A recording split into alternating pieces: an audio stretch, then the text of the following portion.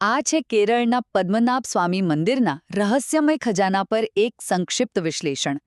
કેરળનું આ મંદિર, તમે જાણો છો, વિશ્વના સૌથી ધનિક મંદિરોમાંનું એક ગણાય છે.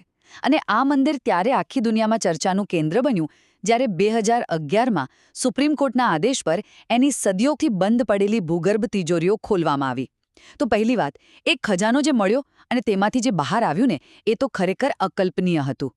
જરા વિચારો, સોનાની મૂર્તિઓ, સિંહાસન, હજારો કિલો સોનાના સિક્કા, જેમાં તો રોમન સામ્રાજ્યના સિક્કા પણ હતા, અને સાથે અસંખ્ય હીરા, માણેક.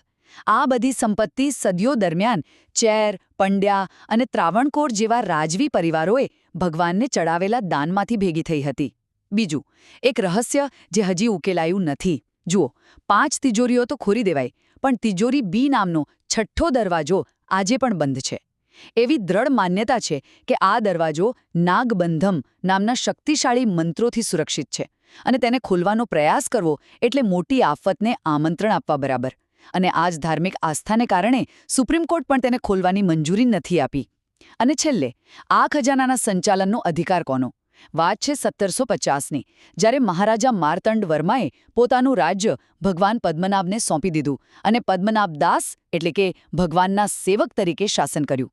પણ આઝાદી પછી આ અધિકારને લઈને કાનૂની લડાઈ ચાલી.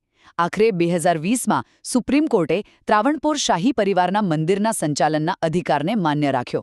ટૂંકમાં, પદ્મનાભ સ્વામી મંદિરનો ખજાનો માત્ર અપાર સંપત્તિનો સંગ્રહ નથી, પરંતુ તે ઊંડી શ્રદ્ધા, પ્રાચીન રહસ્યો અને ઇતિહાસ તથા આધુનિક કાયદા વચ્ચેના જટિલ સંબંધોની ગાથા છે.